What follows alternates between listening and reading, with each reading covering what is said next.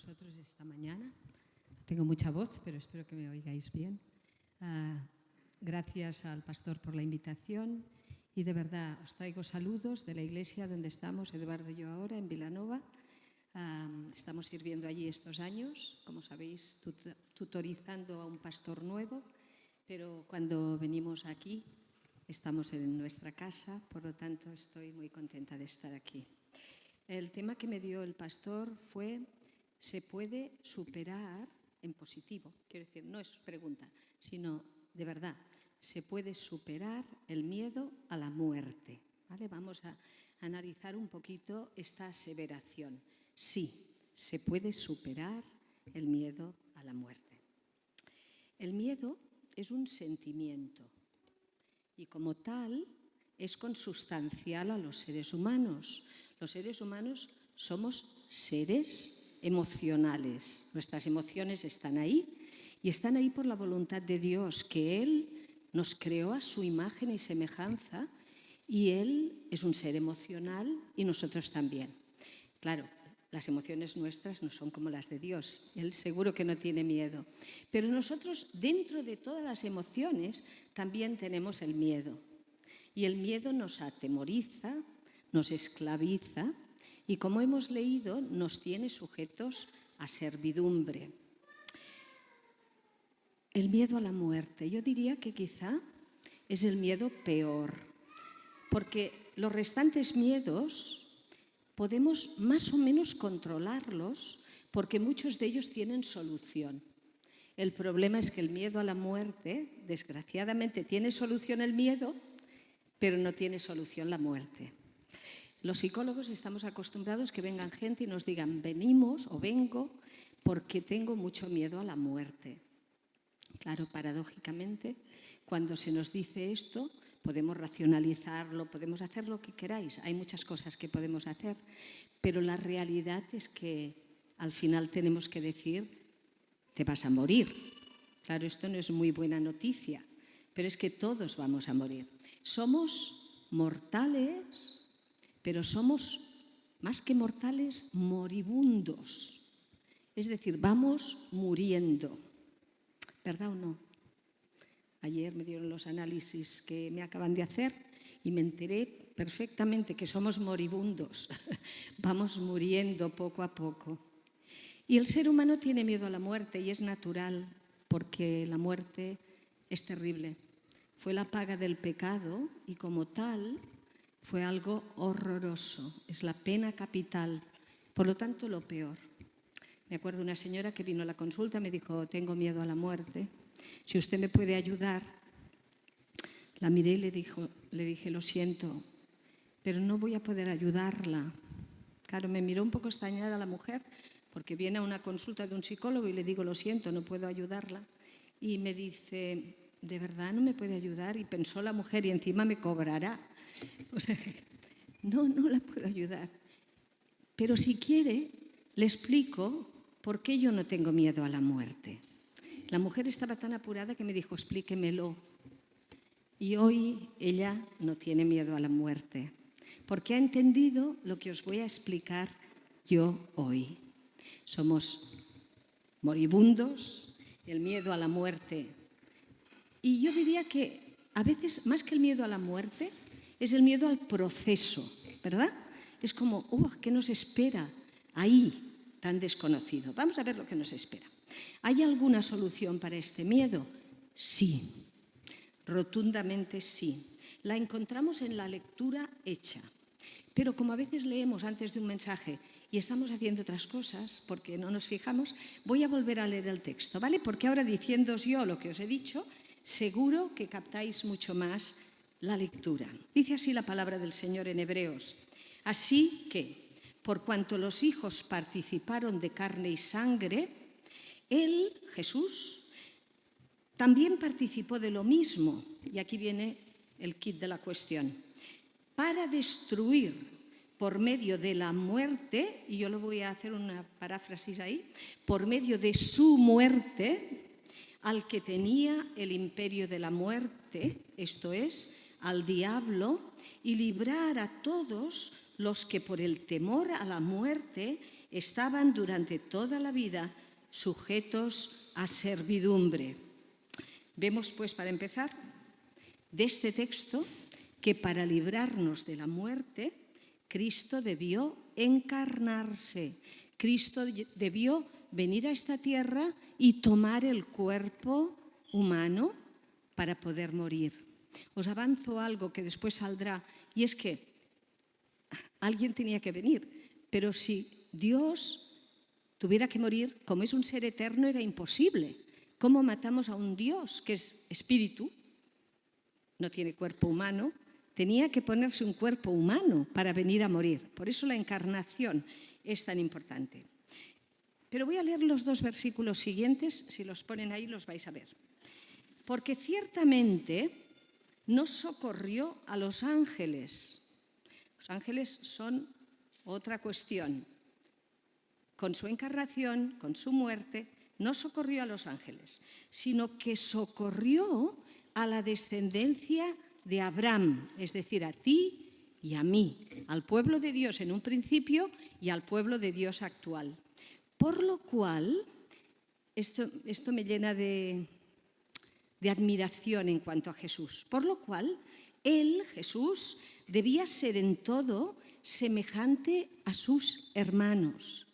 ¿Te imaginas que somos hermanos de Cristo? Es como espectacular. Claro, tenemos un Padre Celestial y todos hermanos, pero además hermanos de sangre, porque iba a ser a través de la sangre de Cristo que tú y yo íbamos a ser hermanos de Cristo. Para venir a ser misericordioso y fiel, sumo sacerdote, en lo que a Dios se refiere, para expiar los pecados del pueblo. Luego explicaremos un poquito esto.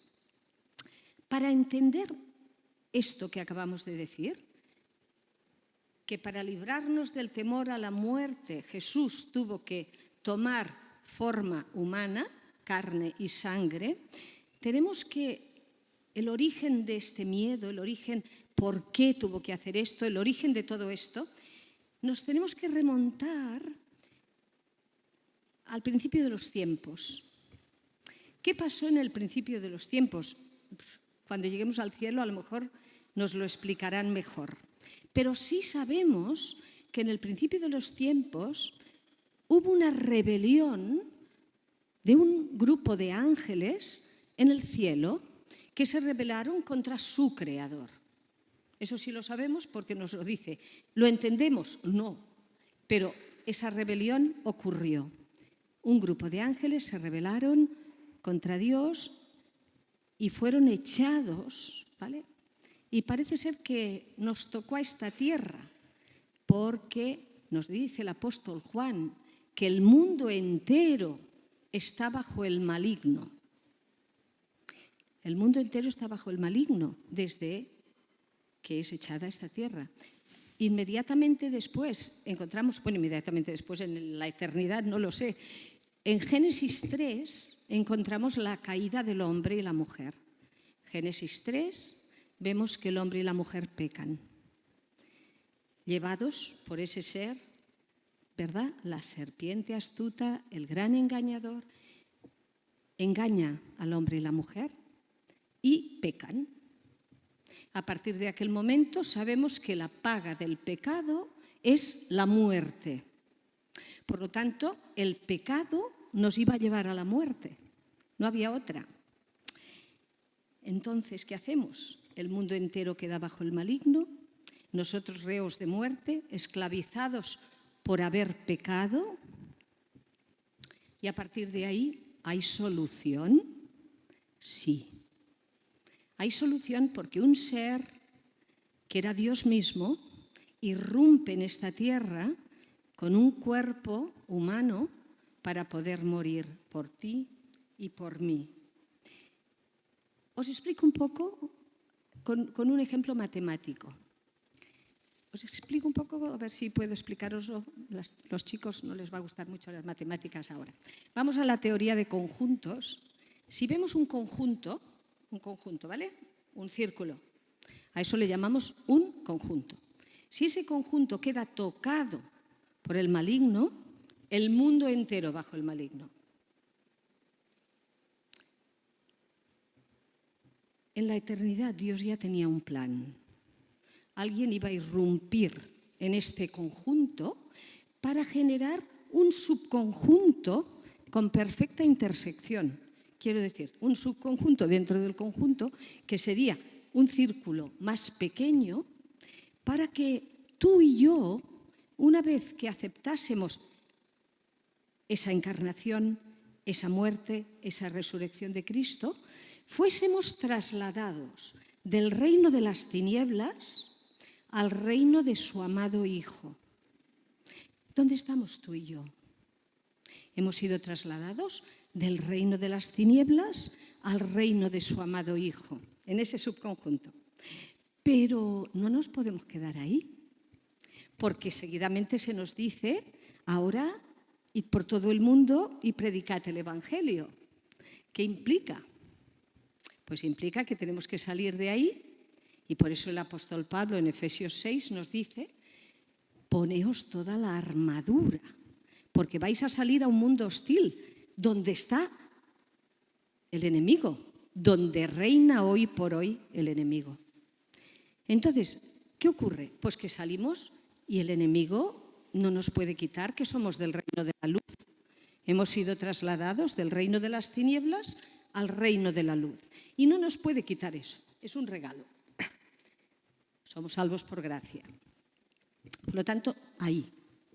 Pero sí que cuando salimos al reino de las tinieblas somos una presa más o menos fácil de ese enemigo. ¿Qué quiero decir?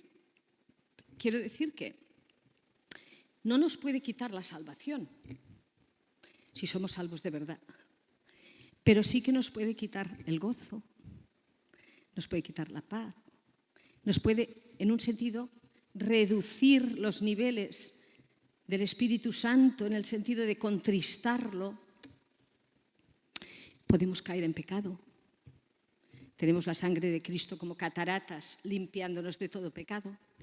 Pero entendéis que es una lucha que no es contra carne y sangre. Es una lucha muy poderosa porque el ser humano quedó atrapado por un enemigo terrible. La muerte, no solo la de aquí, sino la muerte eterna. Entonces Jesús irrumpe en esta tierra. Me gustaría saber cómo llegó el Dios Trino a imaginar una idea así, que la segunda persona de la Trinidad iba a vestirse de carne y hueso para venir aquí y morar entre nosotros y hacerse como uno de nosotros.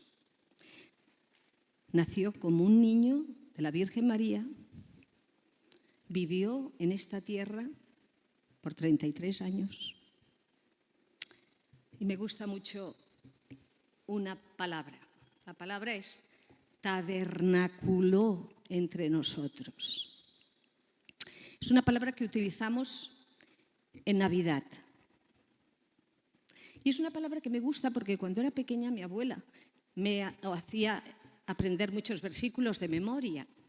Y cuando encontraba un versículo que para mí era una palabra muy difícil, eso me encantaba. Y entonces mi abuela me tabernaculó entre nosotros. Yo tabernaculó, no sabía lo que era. Tabernaculó es que ponía su tienda al lado de las otras tiendas. Tabernaculó entre nosotros y vimos su gloria. Gloria como la del unigénito del Padre, lleno de gracia y de verdad. Por eso a Jesús se le llama también Emmanuel, Dios con nosotros. El Creador se hizo incluso inferior a los ángeles que había creado para poder vivir, para poder morir. O sea, todo lo que hizo en esta tierra fue fantástico, pero el fin más importante de su vida era morir. Era imprescindible que viniera, era imprescindible que muriese. Repaso hasta aquí los puntos claves. 1. Vemos al Hijo Eterno de Dios compartiendo nuestra naturaleza de carne y sangre. 2. Identificándose totalmente con el ser humano para librarnos de algo de lo que nos era imposible salir, un imperio del terror instaurado por Satanás. Y 3, ese imperio, el hombre estaba esclavizado. Y el apóstol Pablo, en Efesios 2, escribe una frase muy importante. Dice: estabais viviendo conforme al príncipe de la potestad del aire. O sea, antes de trasladarnos al reino de la luz, estábamos viviendo conforme al príncipe de la potestad del aire. Y San Pablo, en otra carta, en Romanos, añadirá: y la paga del pecado es la muerte. Por lo tanto, lo tenemos claro. La paga del pecado es muerte. Todo lo que ha ocurrido hasta que, por la gracia de Dios, Él murió, estábamos todos esclavizados. Bien, ahora voy a hacer un pequeño paréntesis y luego seguiré con el tema del miedo a la muerte.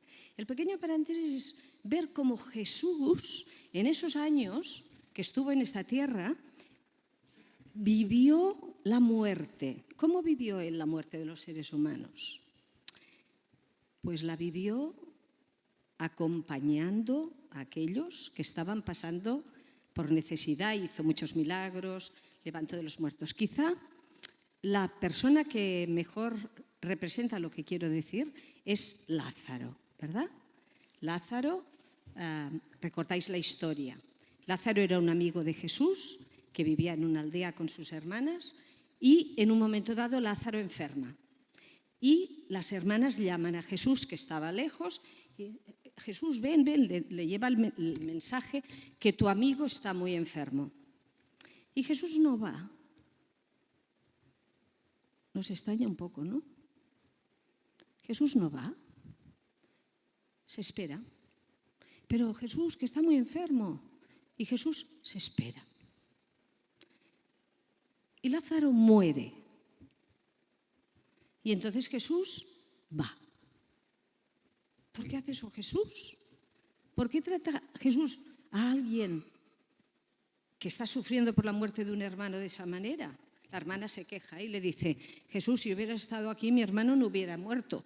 No sé lo que sabía la hermana, pero pensaba, lo habría curado antes de morir, me imagino. Pero Jesús tenía que llegar allí una vez muerto Lázaro, porque fue la manera de ver que si el enemigo tiene el imperio de la muerte en esta tierra, Dios es el Señor, Jesús es el Señor de la vida. El enemigo tiene la potestad en esta tierra para hacernos sufrir mucho por miedo a la muerte. Pero Jesús demostró ante la tumba de Lázaro que Él es el Señor de la vida. Lázaro, ven fuera. Espera, Jesús, llegue ya. Lázaro, ven fuera. Increíble. Pero antes de eso, que sale el muerto, el vivo, Jesús lloró.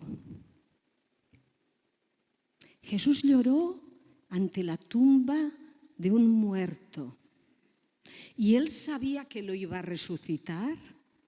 Nos podemos preguntar, ¿por qué lloras, Jesús?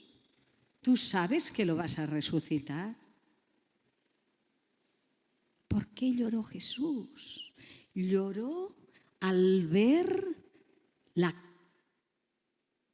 la mala gestión que se había tenido en esta tierra desde que el enemigo reina en ella.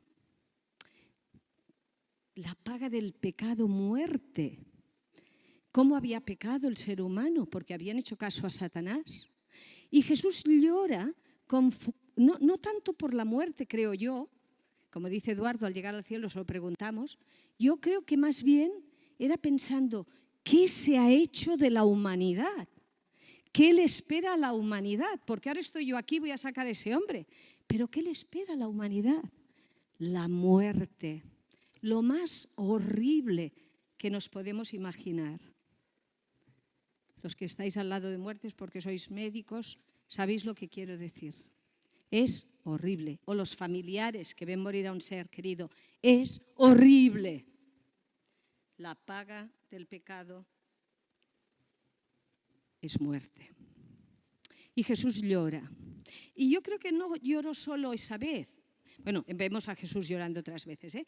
Pero en cuanto a la muerte pienso, y esto es una hipótesis, que también se lo tendré que preguntar, pero pienso que José, su padre humano, el marido de María, murió antes que él.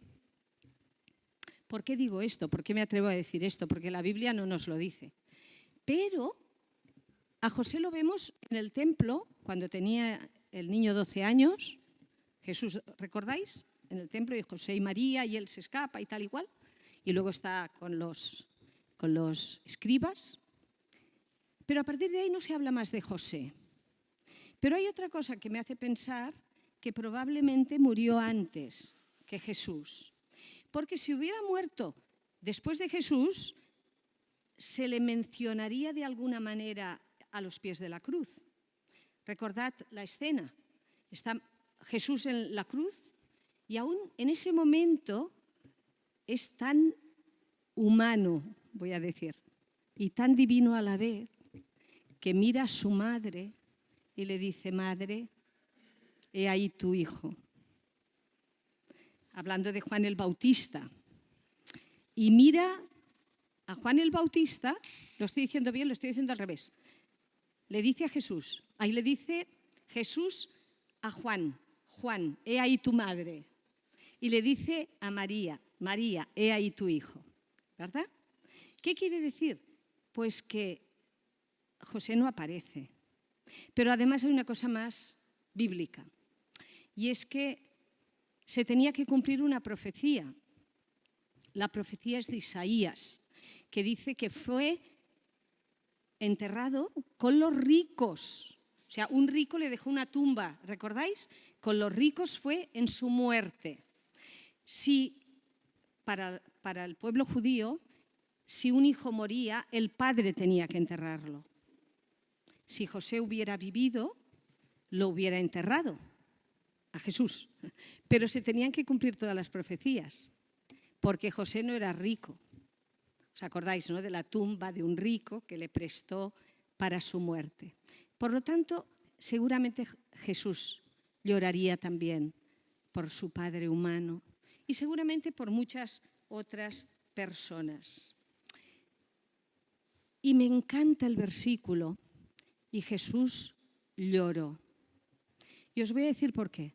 Me gusta el versículo como psicólogo, porque ante mí hay muchas personas llorando. Nadie viene a explicarme que ha ido a la feria. Y lo peor que podemos decirle a una persona llorando es: no llores. No lo hagáis nunca, y menos cuando ha muerto alguien. Lo que tenéis que decir es: llora aquí. Llora aquí, porque las lágrimas son el agua con mistol del alma, con mistol o el jabón que queráis ponerle. Las lágrimas son el agua con mistol del alma y tenemos que llorar. Y tenemos que llorar porque Jesús lloró. Si este versículo no estuviera, alguien sería capaz de decir: ¿eres cristiano y lloras? Claro que sí, pero tenemos otro texto. No lloramos como los que no tienen esperanza. Lloramos, sí, pero de otra manera. Entonces, solo vuelvo a la solución divina. Solo la encarnación es la solución divina para acabar con el enemigo. Ese ser engañador, la serpiente antigua, el diablo, se le conoce con muchos nombres, está condenado al fuego eterno. Nos dice Apocalipsis 20:10 que será echado al lago de fuego eterno y se terminará. Pero antes se venció en la cruz. Ahora quedan los coletazos. Vamos a ir pasando por estos coletazos hasta que llegue el momento de Apocalipsis 20:10. Imaginaros que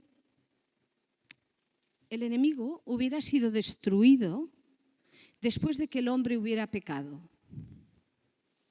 Si eso se hubiera dado así, el problema hubiera seguido, porque es la paga del pecado que es la muerte. Entonces alguien tenía que ir a quitar eso, el pecado, y después el enemigo ya será destruido.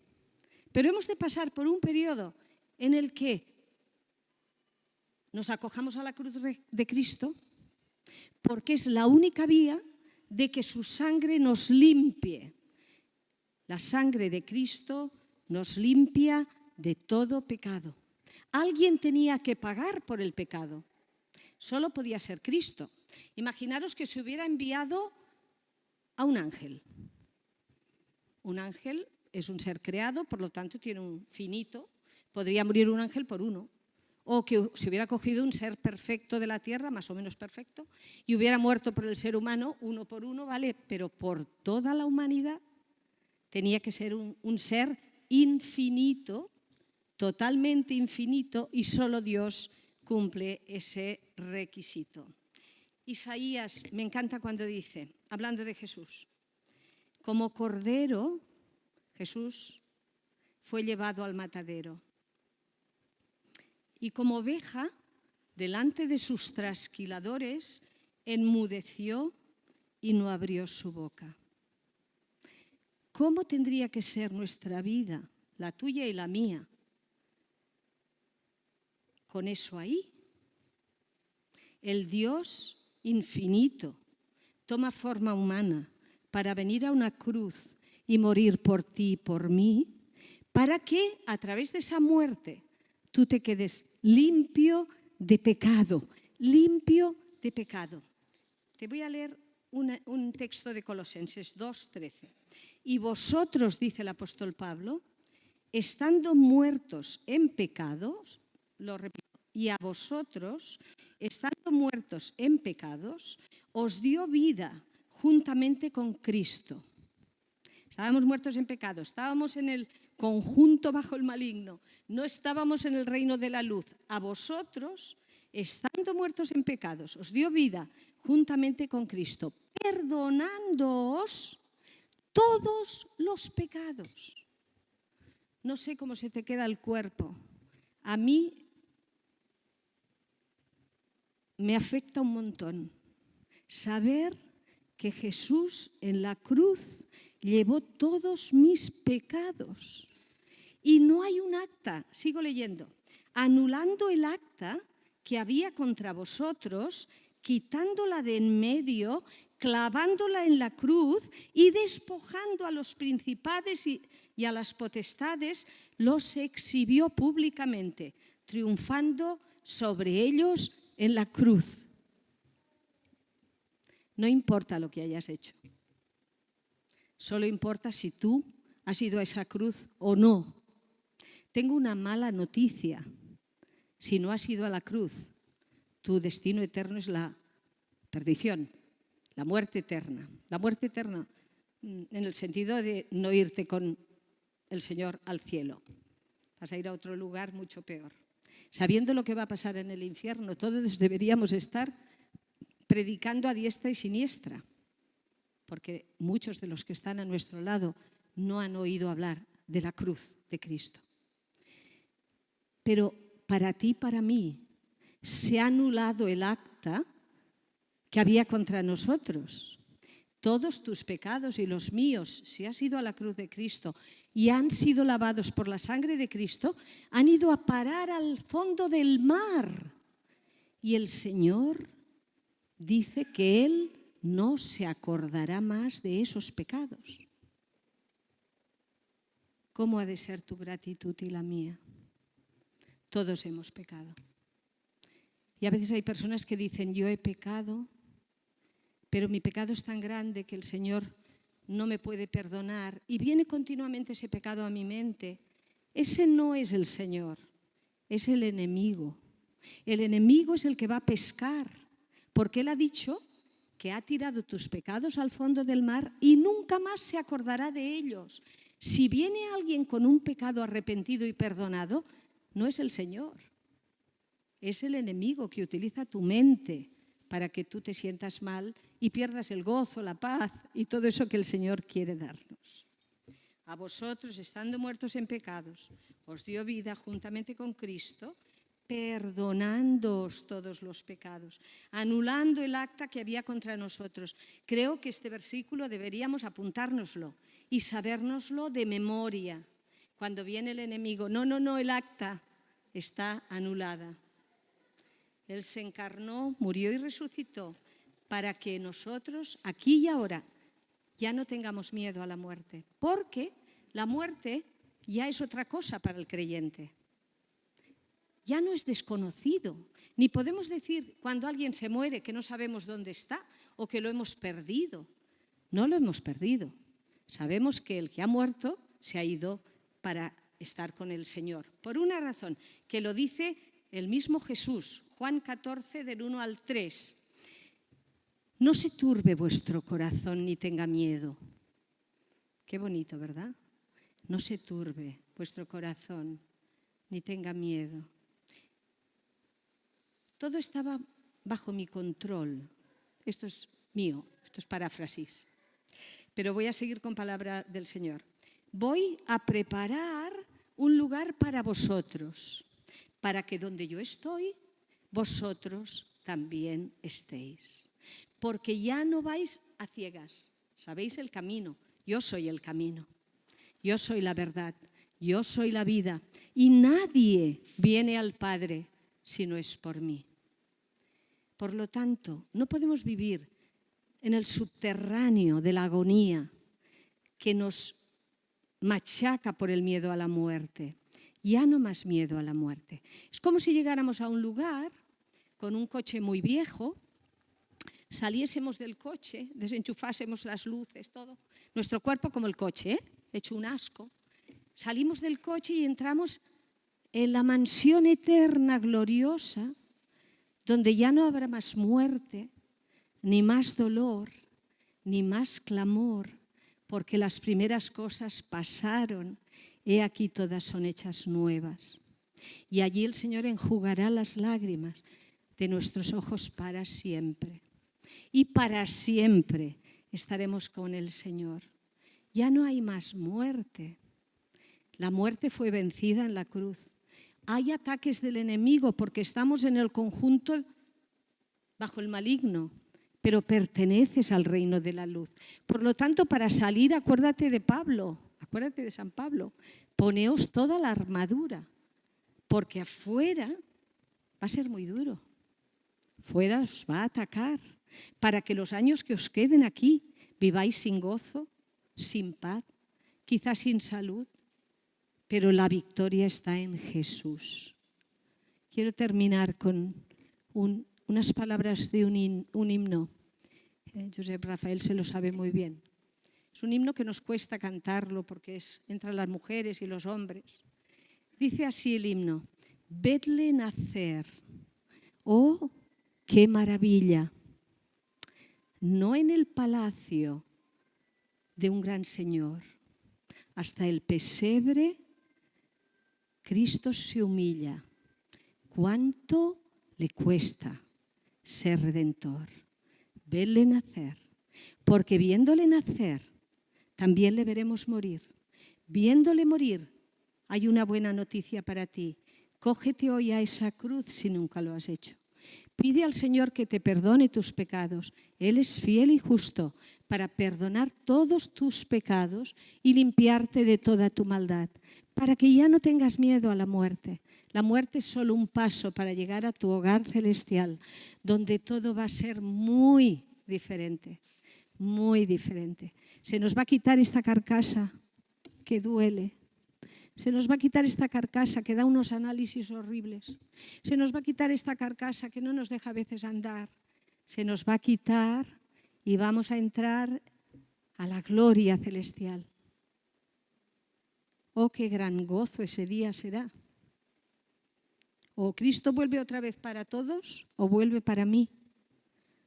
Pero qué gran gozo cuando nos encontremos con Él. Por lo tanto, si no eres del Señor todavía, te pido por favor que lo pienses. Si no vas a seguir esclavizado con el miedo a la muerte, de por vida. Se encargará Satanás de hacerlo. El mundo en general busca sucedáneos. Tiene miedo a la muerte, me meto en la pornografía y ese rato no pienso. Tengo miedo a la muerte, tomo drogas y ese rato no pienso. Tengo miedo a la muerte, hablo con espiritistas y ese rato no pienso. Pero tienes que salir de ahí, más tarde, más temprano, ¡fum!, la muerte. Soluciona hoy el miedo a la muerte. Y a los jóvenes os digo, el Señor no tiene nietos, solo tiene hijos. Por lo tanto, no vas a ir al cielo, aunque tus padres sean del Señor. Cree tú en el Señor, cree tú en el Señor. Y cógete a la cruz como nunca. Cógete a la cruz y di, Señor, tú puedes perdonar mis pecados y hacer que las cadenas del miedo a la muerte se rompan. Venle nacer. ¡Oh, qué maravilla! No en el palacio de un gran Señor, hasta el pesebre, Cristo se humilla. ¿Cuánto le cuesta ser redentor? Vamos a orar. Oramos. Señor, cuántas gracias te doy de forma personal por haber venido, haberte encarnado, haber vivido entre nosotros para poder llegar a la cruz. Señor, iba a ser terrible, pero escogiste tú ir a la cruz y ser obediente al Padre. Señor, ese sacrificio tiene un valor no solo universal, sino total. No nos perdonas un poco, nos perdonas de todo nuestro pasado. Pones nuestro pasado en el fondo del mar, nunca más te acuerdas. Señor, ¿cómo agradecerte tanta bondad y tanto amor? Señor, te ruego perdón por las veces que miramos hacia otras cosas y no tenemos el gozo suficiente para poder proclamar esta realidad a los cuatro vientos. Señor, te pedimos por tantos compañeros, tantos vecinos, tantas personas que aún no han ido a la cruz. Señor, tus tiempos son tus tiempos y tú sabes cuándo volverás. Pero nos gustaría pedirte, Señor, abre nuestras bocas, ayúdanos a proclamar que viniste, que fue una maravilla, que no lo merecíamos, pero ya no hay nada que nos esclaviza al miedo a la muerte. Gracias por esa liberación. En el nombre de Jesús. Amén.